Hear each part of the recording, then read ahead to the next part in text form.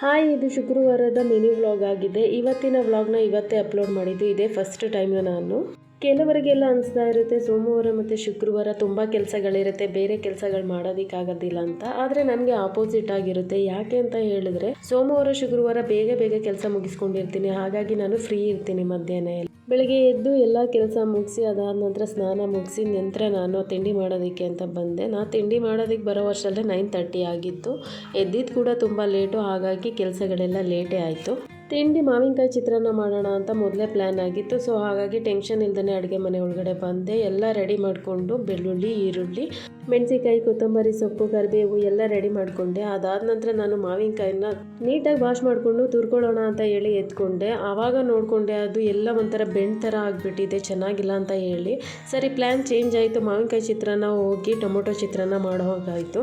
ನಾನು ಊರಿಂದ ಮಾವಿನಕಾಯಿ ತಂದು 1 ವೀಕೇ ಆಗಿತ್ತು. ಅದು ನೋಡೋದಕ್ಕೆ ಹೊರಗಡೆ ಗಟ್ಟಿಯಾಗಿತ್ತು. ನಾನೆಲ್ಲೋ ಚೆನ್ನಾಗಿದೆ ಅಂತ ಅಂದ್ಕೊಂಡು ಮಾಡೋಣ ಅಂತೇಳಿ ಅಂದ್ಕೊಂಡೆ.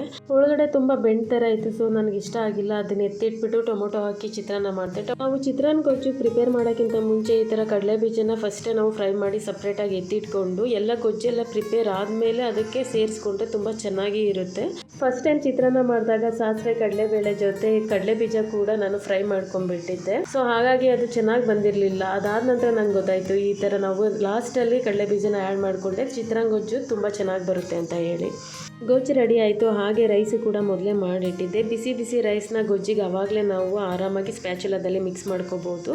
ರೈಸ್ ಏನಾದರೂ ತಣ್ಣಗಾಗಿಬಿಟ್ರೆ ಅದು ಸ್ವಲ್ಪ ನಾವು ಸ್ಪ್ಯಾಚುಲಾದಲ್ಲಿ ಮಿಕ್ಸ್ ಮಾಡೋಕ್ಕಾಗಲ್ಲ, ಕೈ ಹಾಕಿ ಅದನ್ನು ಮಿಕ್ಸ್ ಮಾಡಬೇಕಾಗುತ್ತೆ. ನೈವೇದ್ಯಕ್ಕೆ ಅಂತ ಹೇಳಿ ಒಂದು ಬಟ್ಲಲ್ಲಿ ಎತ್ತಿಟ್ಕೊಂಡು ಅದಾದ ನಂತರ ಎಲ್ರಿಗೂ ತಿಂಡಿ ಹಾಕ್ಕೊಟ್ಟೆ. ಬೆಳಿಗ್ಗೆ ಬೇಗ ಎದ್ದು ಪೂಜೆ ಮುಗಿಸ್ಕೊಂಡಿದ್ರೆ ಅದಾದ ನಂತರ ನಾನು ತಿಂಡಿ ಮಾಡ್ತೀನಿ. ಇಲ್ಲ ಅಂತಂದರೆ ಹೀಗೆ ಎಲ್ಲ ಕ್ಲೀನ್ ಮಾಡಿದಾದ ನಂತರ ತಿಂಡಿ ಮಾಡಿಬಿಟ್ಟು ಅದಾದ ನಂತರ ಪೂಜೆ ಮಾಡ್ತೀನಿ. ರಂಗೋಲಿ ಪೌಡರ್ ಖಾಲಿ ಆಗಿತ್ತು, ಅದನ್ನು ರೀಫಿಲ್ ಮಾಡ್ಕೋತಾ ಇದ್ದೀನಿ. ರೀಫಿಲ್ ಮಾಡೋದಕ್ಕೆ ನಾನು ಇಲ್ಲಿ ಹೊಸ ಡಬ್ಬಿಗಳನ್ನ ತೊಗೊಂಡಿದ್ದೀನಿ. ಹೊಸದು ಅಂತಂತ ಹೇಳಿದ್ರೆ ಈ ಪಾರ್ಸಲ್ ಎಲ್ಲ ಬರುತ್ತಲ್ಲ ಆ ಥರದನ್ನ ತೊಗೊಂಡಿದ್ದೀನಿ. ಮನೇಲಿ ಎಷ್ಟೊಂದು ಡಬ್ಬಿಗಳಿದ್ರೂ ರಂಗೋಲಿ ಡಬ್ಬಿ ಮಾತ್ರ ಅದೇ ಥರ ಇರುತ್ತೆ, ತುಂಬ ಹಳೇದಾಗಿರುತ್ತೆ. ಸೊ ಎಷ್ಟೊಂದು ಡಬ್ಬಿಗಳಿರಬೇಕಾದ್ರೆ ಏನಕ್ಕೆ ನಾವು ಅದನ್ನ ಇಟ್ಕೊಬೇಕು ಅಂತ ಹೇಳಿ ನಾನು ಅದನ್ನು ಬಿಸಾಡಿಬಿಟ್ಟು ಬೇರೆ ತೊಗೊಂಡೆ.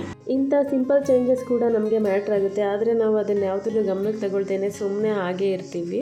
ಅದ್ರ ಬದಲಾಗಿ ಇರೋದನ್ನು ಉಪಯೋಗಿಸ್ಕೊಳ್ಳೋದು ಒಳ್ಳೆಯದು ಅಂತ ನನಗೆ ಅನಿಸುತ್ತೆ.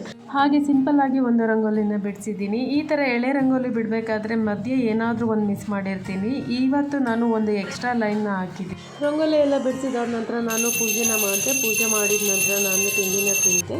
ನೈವೇದ್ಯಕ್ಕೆ ಅಂತ ಹೇಳಿ ನಾನು ಏನು ತಿಂಡಿ ಮಾಡಿದ್ದೆ ಅದನ್ನೇ ಇಟ್ಟಿದ್ದೆ. ಇದು ನನ್ನ ಇವತ್ತಿನ ಮಿನಿ ವ್ಲಾಗ್ ಆಗಿತ್ತು. ಈ ವ್ಲಾಗ್ ಏನಾದರೂ ಇಷ್ಟ ಆಗಿದ್ದಲ್ಲಿ ಒಂದು ಲೈಕ್ನ ಕೊಡೋದನ್ನು ಮರಿಬೇಡಿ. ಹಾಗೆ ನನ್ನ ಚಾನಲ್ನ ಸಬ್ಸ್ಕ್ರೈಬ್ ಮಾಡಿ.